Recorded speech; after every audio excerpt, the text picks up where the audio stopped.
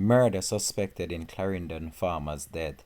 Hi again and welcome. This is Links007 TV News Report, and we'll be right back with the full details to come. Welcome to Links007 TV News Report, providing you with the best in local and international news updates. This is a place where you can get the most reliable and informative news information. Links007 TV News Report. Welcome back and thanks for joining us. This is Links007 TV News Report.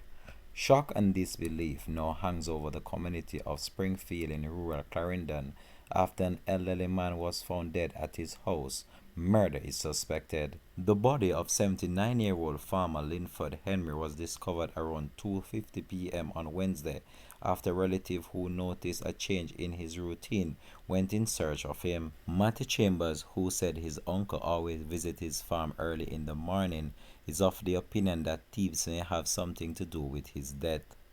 Animals are missing from his farm. I can't say exactly what happened, but I think a ram goat may have been the cause of what happened to him, he told reporters. According to the councillor for the area, Colin Henry, from the Thompsontown division of the Jamaica Labour Party, it is alleged that hoodlums broke into the elderly man's house prior to his death. The police are doing their investigation into the suspected case of murder. It's a community that we are seeking to build. This is something we don't want to see in this area. He was a hard-working farmer in the community and a known deacon in the community. The community is saddened by the act, and it's a sad day for Jamaica when people can take the life of an elderly man who is said to be a deacon in his church and was loved by community members. Links007 TV will continue to track this story and provide you with more information to come on this. Thanks for watching.